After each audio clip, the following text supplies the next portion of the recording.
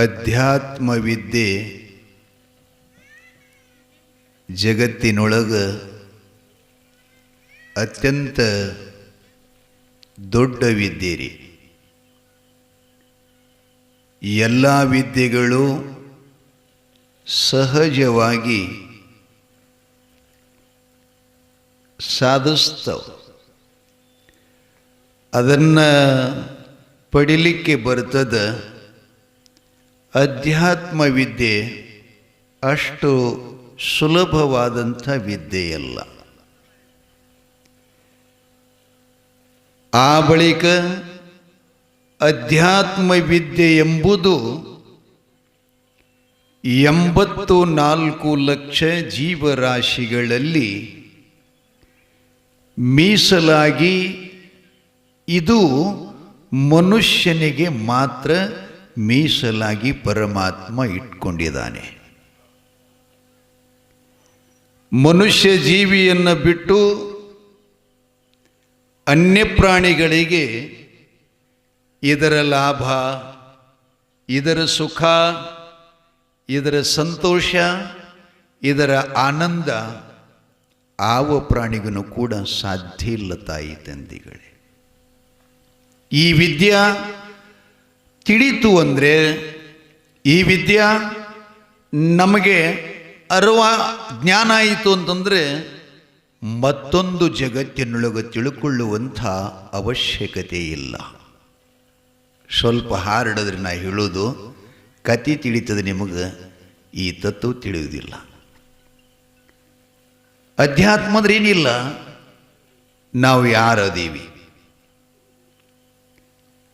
ನಾವು ಎಲ್ಲಿಂದ ಬಂದೀವಿ, ಯಾಕೆ ಬಂದೀವಿ, ಎದರ ಸಲುವಾಗಿ ಬಂದೀವಿ, ಏನು ಮಾಡಬೇಕಾಗೈತಿ, ಎಲ್ಲಿಗೆ ಹೋಗಬೇಕಾಗೈತಿ, ಇದನ್ನು ತಿಳ್ಕೊಳ್ಳೋದೇ ಅಧ್ಯಾತ್ಮ. ಇದಕ್ಕಿದ್ದ ಹಾಗೆ ಏನು ಜಗತ್ತಿನೊಳಗೆ ಸತ್ಯದ, ಏನು ಜಗತ್ತಿನೊಳಗೆ ಅಮರದ, ಯಾವುದು ಜಗತ್ತಿನೊಳಗೆ ನಾಶ ಆಗಲಾರ್ದದ, ಯಾವುದು ಜಗತ್ತಿನೊಳಗೆ ಹೋಗಲಾರ್ದದ, ಯಾವುದು ಜಗತ್ತಿನೊಳಗೆ ಹುಟ್ಟಲಾರ್ದದ, ಯಾವುದು ಜಗತ್ತಿನೊಳಗೆ ಸಾಯಲಾರ್ದದ, ಅದನ್ನು ತಿಳ್ಕೊಳ್ಳುವುದೇ ಮನುಷ್ಯ ಜನ್ಮ. ಅದನ್ನು ನಮಗೆ ತಿಳಿಬೇಕಾಗಿತ್ತು ಅಂತಂದ್ರೆ ಅವ್ರು ಹೇಳ್ತಾರೆ, ಒಂದನೇದು ಸತ್ಸಂಗ, ಎರಡನೇದು ಸಜ್ಜನರ ಸಂಘ.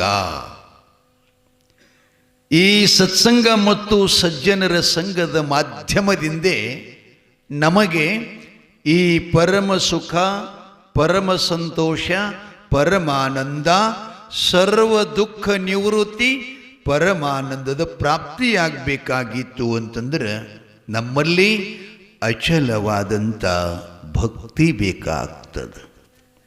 ನಾವೆಲ್ಲ ಅನ್ಬಹುದು, ಅಲ್ರಿ ಅಜರ ನಾವು ಪ್ರತಿನಿತ್ಯ ಗುಡಿಗೆ ಹೋಗ್ತೀವಿ, ಮಠಕ್ಕೆ ಹೋಗ್ತೀವಿ, ಪುರಾಣ ಪುಣ್ಯಕಥೆಗಳಿಗೆ ಕೇಳಕ್ಕೆ ಹೋಗ್ತೀವಿ, ಪ್ರವಚನ ಕೇಳಕ್ಕೆ ಹೋಗ್ತೀವಿ, ಗುರುಲಿಂಗ ಜಂಗಮ ಪಾದೋದಕ ಪ್ರಸಾದ ವಿಭೂತಿ ಮಂತ್ರ ಅಷ್ಟಾವರಣಗಳನ್ನು ನೋಡ್ತೀವಿ, ಆತಿಥ್ಯ ಅಭ್ಯಂಗತರನ್ನ ಸತ್ಕಾರ ಮಾಡ್ತೀವಿ, ದಾನ ಮಾಡ್ತೀವಿ.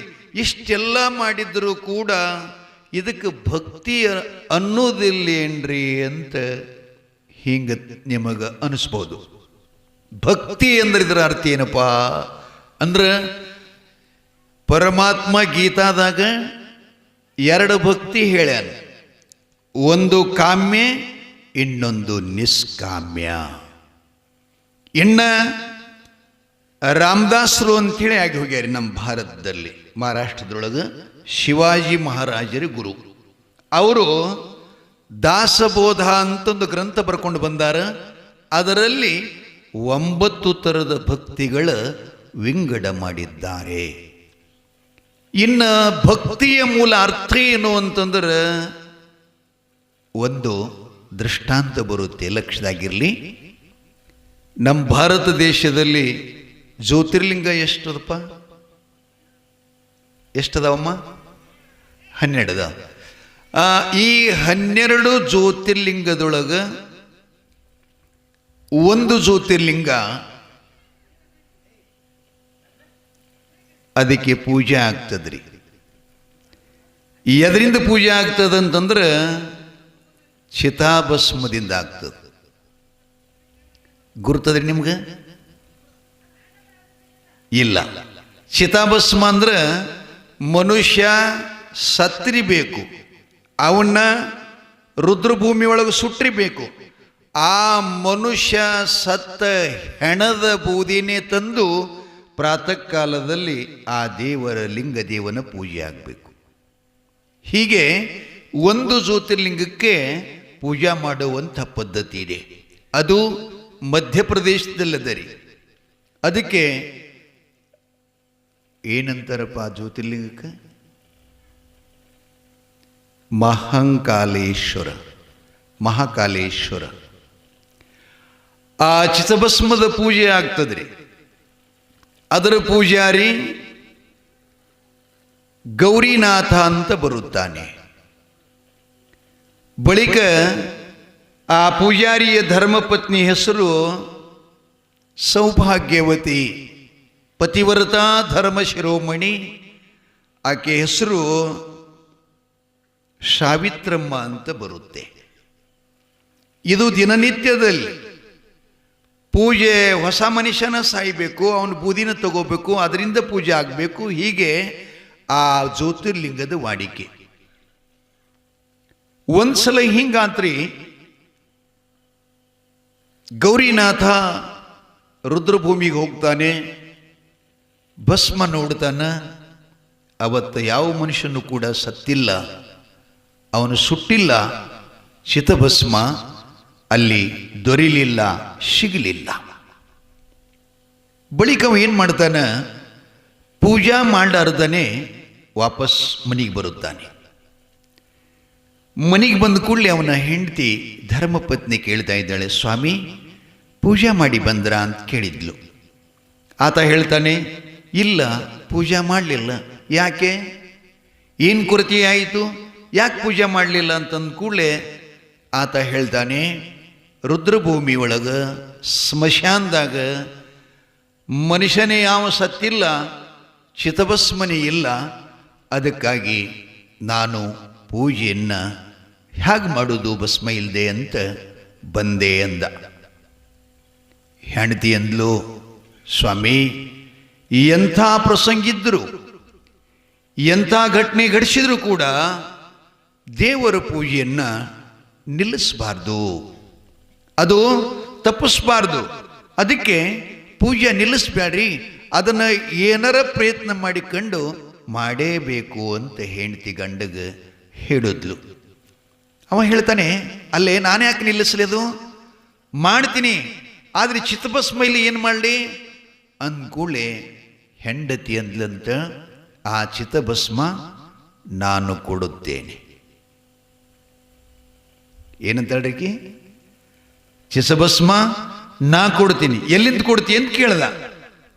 ಏನಿಲ್ಲ, ನಮ್ಮ ಮನೆ ದೊಡ್ಡ ಐತಿಲ್ಲ, ಅದ್ರಾಗ ರಗಡ ಕಟ್ಟಿಗೆ ಅದಾವ ಮಾರಾಯ, ಅದನ್ನೆಲ್ಲ ಸರಿಯಾಗಿ ಒಟ್ಟು ಅದ್ರ ಮೇಲೆ ನಾ ಮಲಗ್ತೀನಿ, ನನಗೆ ಬೆಂಕಿ ಹಚ್ಚಿ ಸುಡು, ನನ್ನ ದೇಹದ ಭಸ್ಮ ಒಯ್ದು ಆ ಭಗವಂತನ ಪೂಜೆ ಮಾಡು. ಹಿಂಗಾದಿತ್ತೇನ್ರಿ ನಮ್ಮ ಕೈಲಿ? ಯಪ್ಪ ಪೂಜಾರಿ ಆಗ್ತದೇನಪ್ಪ ಹಿಂಗೆ? ನಾವು ಸುಮ್ಮ ಅತಾರ ನೋಡ್ರಿ, ಒಂದಿತ್ತು ಒಂದಿಲ್ಲ. ನಮ್ಮ ಪೂಜೆಗಳ್ರಿ ಒಂದಿತ್ತು ಒಂದಿಲ್ಲ, ಮಾಡಿಬಿಡಪ್ಪ. ಭಾಳ ಜನ ದೂರಲ್ಲಿ ನೀರು ಚೆಲ್ಲಿ ಓಡಿ ಬರೋರು ಅದಾರ. ನಾ ಏನು ಅನ್ಲಕತ್ತೀನಿ, ಭಕ್ತಿ ಎಲ್ಲಿ ತನಕ ನಮ್ಮಲ್ಲಿ ಪರಿಪೂರ್ಣವಾಗಿ ಅರ್ಥಬದ್ಧವಾಗಿ ಗುರುತಾಗುವುದಿಲ್ಲವೋ ಅಲ್ಲಿ ತನಕ ನಮಗೆ ಮನುಷ್ಯ ಜನ್ಮದ ಸಾರ್ಥಕತೆ ಮಾಡಿಕೊಳ್ಳುವಂಥ ಜ್ಞಾನ ಆಗುವುದಿಲ್ಲ. ನಾವು ಮೊದಲಿಗೆ ಭಕ್ತರಾಗಬೇಕು.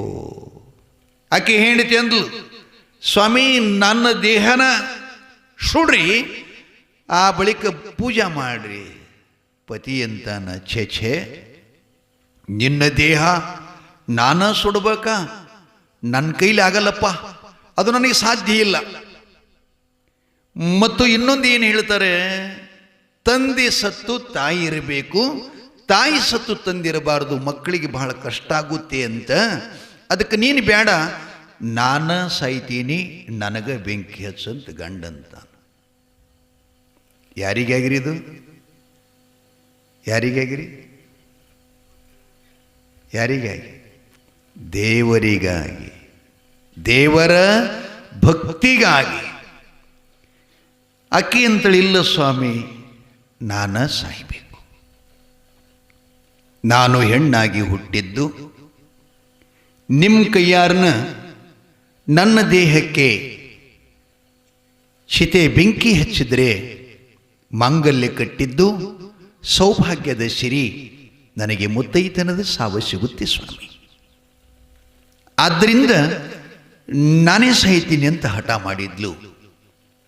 ಪರವಾಗಿಲ್ಲ ಅಂತ ಮನೆ ಹಿತ್ತಲದಲ್ಲಿ ಕಟ್ಟಿಗೆ ಒಟ್ಟದ, ಎಲ್ಲ ಸಜ್ಜು ಮಾಡ್ದ. ಹೆಂಡತಿ ಅಂತಾಳ ಸಾವಿತ್ರಮ್ಮ, ಇಲ್ಲಿ ಬನ್ನಿ ಸ್ವಾಮಿ ಅಂತ. ಹಿಂಗಂತೀರಿ ನೀವು ಮನ್ಯಾಗ ಮಾಲಕರಿಗೆ ನೀವು ಸ್ವಾಮಿ ಅಂತ? ಐಮುತ್ತಿ ಅವನ ಐಗೊಳವನ್ರಿ ಅಂತ ನಾ ಪೈಕಿ ನೀವಲ್ಲ. ಸ್ವಾಮಿ ಅಂದರೆ ಮರ್ಯಾದೆ ಶಬ್ದ, ಗೌರವ ಶಬ್ದ. ಎಷ್ಟು ಪ್ರೀತಿಯಿಂದ ಅವ್ರಿಗೆ ಕರೀತೀರಿ ಅಷ್ಟು ನಿಮ್ಮ ಕೈಯಾಗಿನ ಗೊಂಬೆ ಆಗ್ತಾರೆ ಅವರು. ಎಷ್ಟು ಬಿರ್ಸು ಮಾತಾಡೋಕ್ಕೆ ಶುರು ಮಾಡಿದ್ರಿ ಅಂದ್ರೆ ಅವರು ಹಣಮಂದಿಯವರು ಆತರ. ಮತ್ತೇನು, ಒಬ್ಬರೊಬ್ಬರಲ್ಲಿ ಪ್ರೀತಿ ಇರಬೇಕು. ಬನ್ನಿ ಸ್ವಾಮಿ ಅಂತ ಕರೆದ್ಲು, ಕಂಬಳೆ ಹಾಸಿದ್ಲು, ಅದ್ರ ಮ್ಯಾಲ ಪತಿರಾಯನನ್ನು ಕೂಡಿಸಿದ್ಲು, ತುಂಬದ ಕೊಡದಾಗಿ ಇನ್ನೊಂದು ತೆಂಬಿಗೆ ನೀರು ತಗೊಂಡ್ಳ, ಒಂದು ತಾಡು ತಗೊಂಡ್ಳು, ಅವನ ತೆಳಗಿಟ್ಟು ಗಂಡನ ಪಾದ ತೊಳಿದಳಾಕಿ. ಕೊನೆಯ ಪಾದೋದಕ, ಪತಿ ಪಾದೋದಕ, ಲಿಂಗ ಪಾದೋದಕ, ಜಂಗಮ ಪಾದೋದಕ, ಗುರು ಪಾದೋದಕ, ಅತಿಥಿ ಪಾದೋದಕ ಅಂತ ಬರ್ತಾ. ಬಹಳ ಸಂಸ್ಕೃತಿ ಇದೆ ರೀ. ಇದರ ಪರಿಜ್ಞಾನ ಆಗಬೇಕಾಗಿತ್ತಂದ್ರೆ ಇದೇನು ಪ್ರವಚನ ಮಾಧ್ಯಮದಲ್ಲ, ಇದು ಬಹಳ ಮುಖ್ಯ.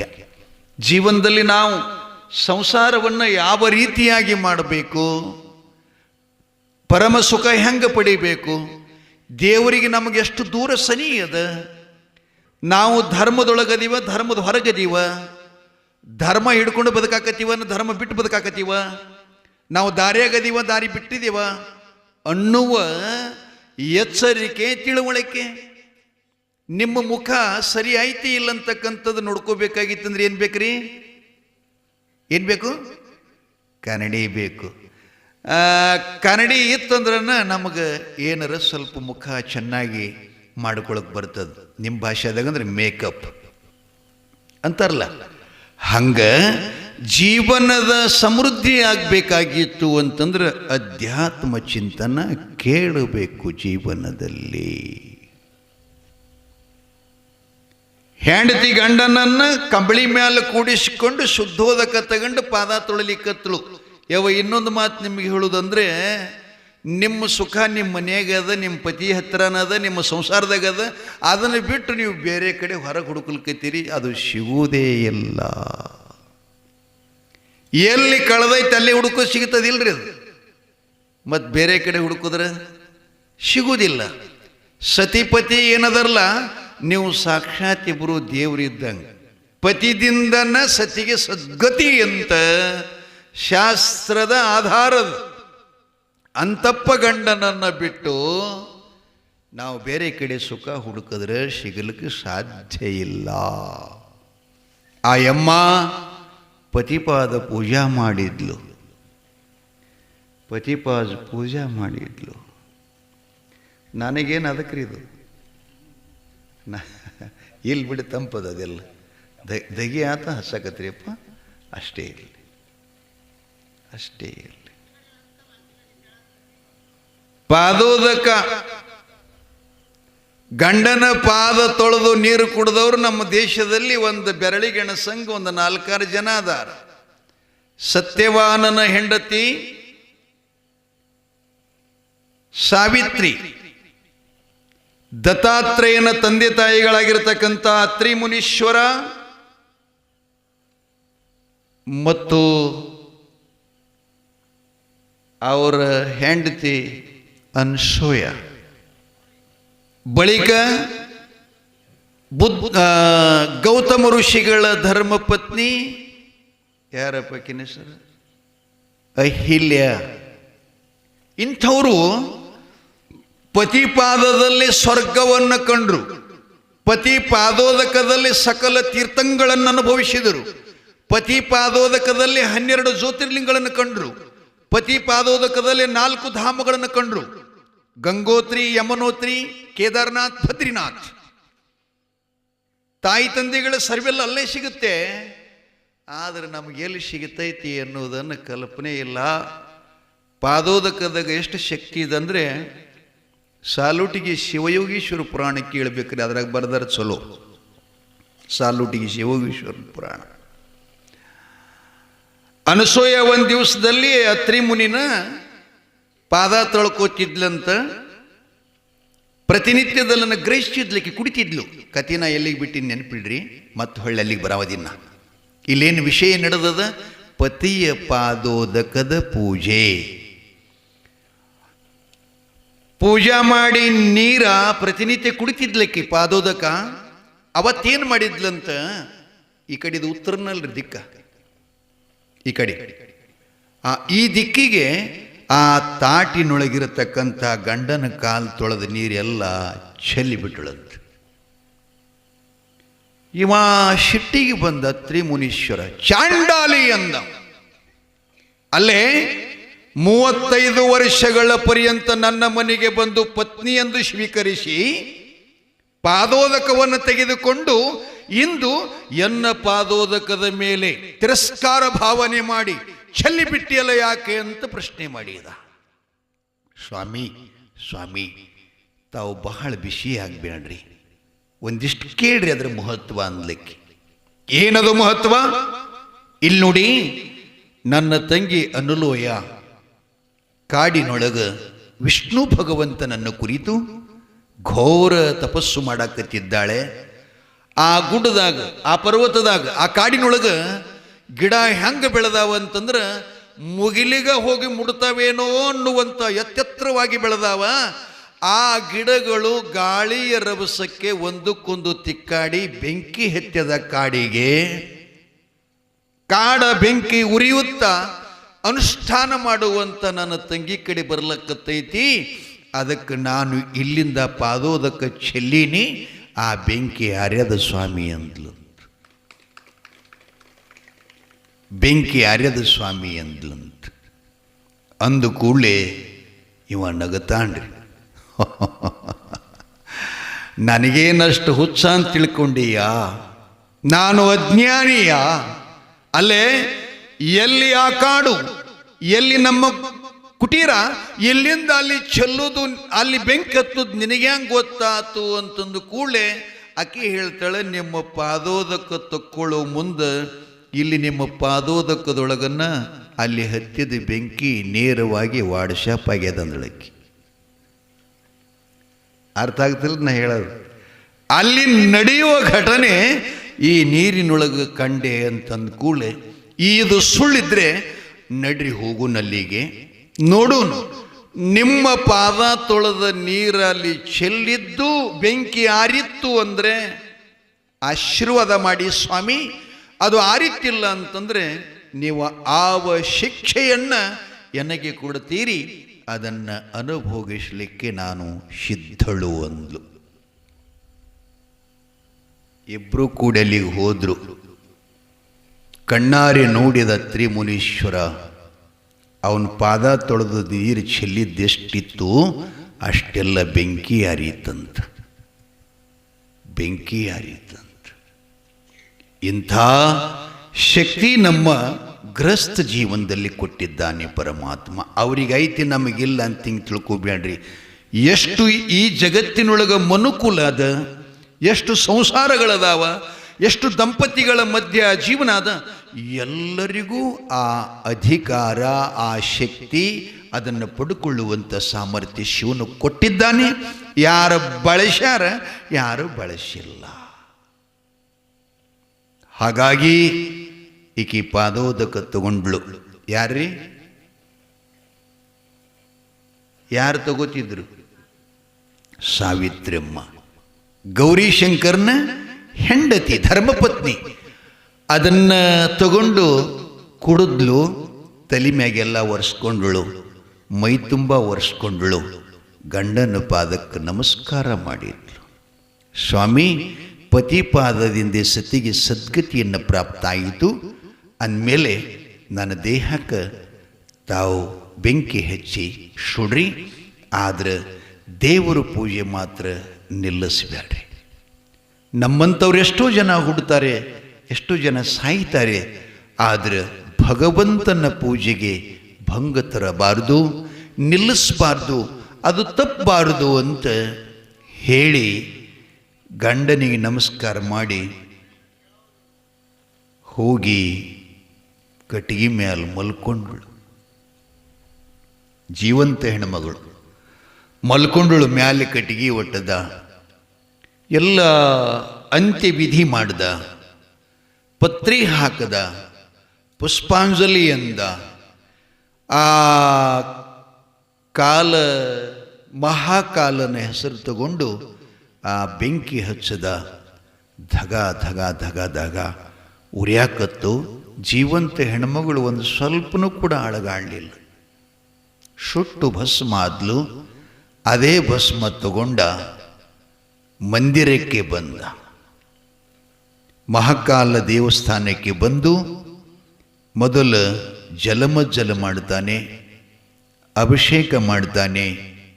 ಅದನ್ನೆಲ್ಲ ಚೆನ್ನಾಗಿ ಶುದ್ಧ ಬಟ್ಟೆಯಿಂದ ನಂದಿ ಬಸವೇಶ್ವರ ಮಹಾರಾಜ್ ಕಿ, ದೇವರಾಯ ಮುತ್ಯ ಮಹಾರಾಜ್ ಕಿ, ಅನಂತ ಕೋಟಿ ಸಾಧು ಸಂತ ಮಹಾರಾಜ್ ಕಿ ಜಯ. ಹೊಡಿಲಾರದವರು ಮಹಾರಾಜ್ ಇರಲಿ. ಏನು ಹೇಳಕತ್ತಿದ್ದೀನ್ರಿ? ಪೂಜಾ ಮಾಡಾಕತ್ತ. ಆ ಬಳಿಕ ಹೆಂಡತಿಯ ಚಿತಭಸ್ಮವನ್ನು ಒಂದು ಪಾತ್ರೆಯೊಳಗೆ ತಂದಿದ್ದ, ಅದನ್ನೆಲ್ಲ ಭಗವಂತನಿಗೆ ಲೇಪನ ಮಾಡಿದ, ಹಚ್ಚಿದ. ಆ ಬಳಿಕ ಅನಂತ ಪುಷ್ಪಗಳ ಅರ್ಪಣ ಮಾಡ್ತಾನೆ. ಬಳಿಕ ತ್ರಿದಲದ ಪತ್ರಿ, ತ್ರಿದಲಂ ತ್ರಿಗುಣಾಕಾರಂ ತ್ರಿನೇತ್ರಂಚ ತ್ರಿಯಾಯುಧಂ ತ್ರಿಜನ್ಮ ಪಾಪ ಸಂಹಾರಂ ಏಕಬಿಲ್ವಂ ಸಮರ್ಪಣಂ ಪತ್ರಿ ಏರಿಸ್ದ. ಆ ಬಳಿಕ ಧೂಪ, ದೀಪ, ಗಂಟನಾದ, ಶಂಖನಾದ, ಮಂಗಲಾಷ್ಟಕ, ಅಷ್ಟೋತ್ತರ ನಾಮಾವಳಿ, ಶತನಾಮಾವಳಿ ಎಲ್ಲವೂ ಮಾಡಿ ಪೂಜಾ ಮಾಡಿ ಪ್ರತಿನಿತ್ಯ ಅವ ತನ್ನ ಹೆಂಡತಿಗೆ ಮುಂದೆ ದೇವರ ಸ್ತುತಿ ಮಾಡ್ಕೋತು ಹಿಂದೆ ಹೆಂಡತಿ ಕೈ ಮಾಡಿ ನೈವೇದ್ಯಂ ಅಂತ ಹಿಂಗೆ ಕರಿತಿದ್ದಂತೆ. ಇಷ್ಟೊತ್ತಿನೊಳಗಕ್ಕೆ ನೈವೇದ್ಯ ತಗೊಂಡು ಹಿಂದೆ ನಿಂತಿರ್ತಿಳತ್ರಿ ಪ್ರತಿನಿತ್ಯ. ಇದು ಒಂದಿನ ಅಲ್ರಿ, ಮಳೆಗಾಲ, ಚಳಿಗಾಲ, ಬೇಸಿಗೆಕಾಲ ಎಂಥ ಸಮಯ ಇದ್ರೂ ಕೂಡ ಪೂಜಾ ಸಮಯಕ್ಕೆ ತಕ್ಕಂತೆ ನೈವೇದ್ಯನೂ ಕೂಡ ತರ್ತಿದ್ಲಂತ. ಇವತ್ತಂತೂ ಅವನ ಹೆಂಡತಿಗೆ ಅವನು ಸುಟ್ಟಿದ್ದಾನೆ. ಆ ಪೂಜಾ ಮಾಡಾಗ ನನ್ನ ಹೆಂಡತಿಗೆ ನಾ ಸುಟ್ಟಿನಿ ಅನ್ನುವ ನೆನಪ, ಪ್ರಜ್ಞಾ, ಎಚ್ಚರಿಕೆ ಅವನಿಗೆ ಇಲ್ಲದಾಗಿತ್ತು. ಪೂಜಾ ಮುಗಿದ ಕ್ಷಣವೇ ನೈವೇದ್ಯಂ ಅಂತಂದ ಕೂಡಲೇ ಒಬ್ಬಕ್ಕೆ ಹೆಣ್ಮಗಳು ನೈವೇದ್ಯ ತಂದು ಕೈಯ ಕೊಟ್ಟಳಂತ. ಕೈಯ ಕೊಟ್ಟಳಂತ. ನೈವೇದ್ಯಂ ಸಮರ್ಪಯಾಮಿ ಅಂದ. ಅಂದ್ರೆ ಲಿಂಗದೇವನಿಗೆ ನೈವೇದ್ಯ ಹಿಡಿದ. ಆ ಬಳಿಕ ಅವನಿಗೆ ಎಚ್ಚರಾಯಿತು, ಅಲ್ರಿ ನನ್ನ ಕೈಲಿ ನನ್ನ ಹೆಂಡತಿಗೆ ನಾನೇ ಸುಟ್ಟಿದ್ದೀನಿ, ನೈವೇದ್ಯ ಅಂದಾಗ ತಂದು ಕೊಟ್ಟಳಲ್ಲ, ಯಾರು ಇರಬೇಕು ಅಂತ ಹಿಂಗೆ ಹೊಳ್ಳಿ ನೋಡ್ತಾನ ಅವನ ಹೆಂಡತಿನೇ ಬಂದು ನಿಂತಿದ್ದಳಂತ್ರಿ. ಪ್ರತ್ಯಕ್ಷವಾಗಿ ಗೌರಿನಾಥನ ಹೆಂಡತಿ ಸೌಭಾಗ್ಯವತಿ ಸಾವಿತ್ರಮ್ಮ ಬಂದು ನಿಂತ್ಕೊಂಡಿದ್ದಾಳ. ಅವನಿಗೆ ಹುಚ್ಚಿಡ್ದಂಗಾತು. ಏನಪ್ಪ ಇದೇನು ಪಿಶಾಚಿಯೋ ದೆವ್ವ, ಯಾರು ನೀನು ಅಂತ ಕೇಳ್ತಾನೆ. ಸ್ವಾಮಿ, ನಾನು ನಿಮ್ಮ ಧರ್ಮಪತ್ನಿ ಅಲ್ಲವೇ? ಅಯ್ಯೋ, ಒಂದು ಗಂಟೆ ಹಿಂದೆ ನಾನು ಸುಟ್ಟಿದ್ದೀನಿ, ನೀ ಹಂಗೆ ಬದುಕದಿ ಅಂತ ಪತಿ ಕೇಳ್ತಾನೆ.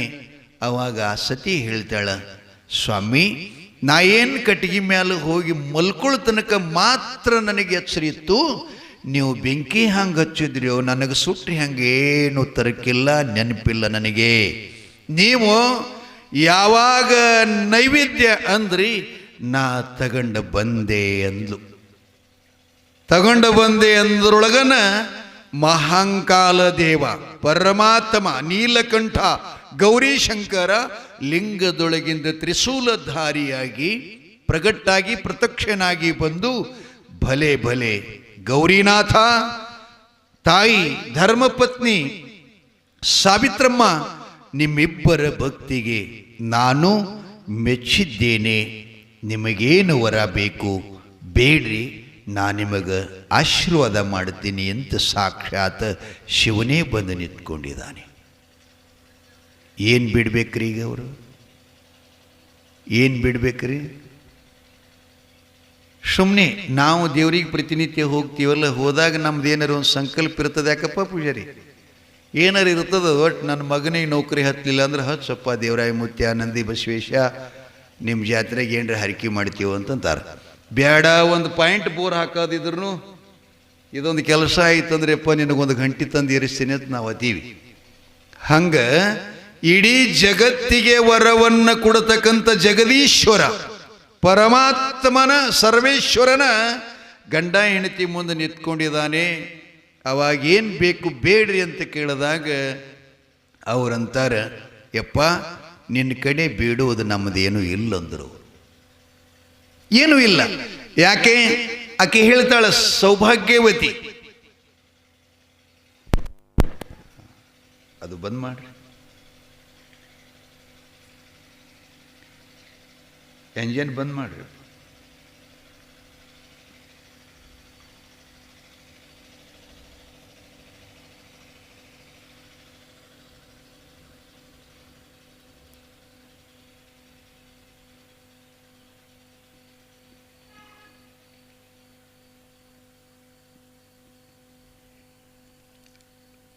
ತಾಯಿ ಹೇಳ್ತಾಳೆ, ಯಪ್ಪ 84 ಲಕ್ಷ ಜೀವರಾಶಿಗಳಲ್ಲಿ ಅತ್ಯಂತ ಸರ್ವಶ್ರೇಷ್ಠವಾದ ಪವಿತ್ರವಾದಂಥ ಈ ಮನುಷ್ಯ ಜನ್ಮ ಕೊಟ್ಟಿದೆ. ಸ್ತ್ರೀ ಆಗಲಿ ಪುರುಷರಾಗಲಿ ಕೊಡೋದ್ರ ಜೊತೆಗೆ ಎಂಥ ಗಂಡನನ್ನು ನನಗೆ ಆಶೀರ್ವಾದ ಮಾಡಿದಿ ಅಂತಂದ್ರೆ ನಿನ್ನ ಪೂಜೆಯನ್ನು ಮಾಡತಕ್ಕಂಥ ಪೂಜಾರಿಯನ್ನು ನನಗೆ ಪತಿಯನ್ನಾಗಿ ಕೊಟ್ಟಿರಿ. ಮೇಲಾಗಿ ಪತಿಯು ಎಂಥಾತ ಅಂತಂದರೆ ತನ್ನ ಕೈಯಾರನ ತಾನೇ ಮಾಂಗಲ್ಯ ಕಟ್ಟಿದ ಹೆಂಡತಿನ ನಿನಗಾಗಿ ಸುಟ್ಟು ತ್ಯಾಗಾಗಿ ಆ ಭಸ್ಮ ತಂದು ಪೂಜಾ ಮಾಡಿ ಸತ್ತ ಹೆಂಡತಿನ ಮರಳಿ ಪಂಡುಕೊಂಡಂಥ ನಮ್ಮ ಜೀವನ ಇಂಥ ಆಶೀರ್ವಾದ ಬಿಟ್ಟು ಇನ್ನೇನು ಬೇಡಬೇಕು ನಿನಗೆ? ಯಪ್ಪ ಎಷ್ಟು ಜನ್ಮ ಕೊಟ್ಟರು ನಮಗೆ ಇಂಥ ಗಂಡನೇ ಇರಬೇಕು, ನಾ ಇಂಥ ಸತಿನೇ ಇರಬೇಕು. ಇದಕ್ಕೆ ಬಿಟ್ಟು ಮತ್ತೆ ನಮಗೇನು ಕೊಡಬೇಡ.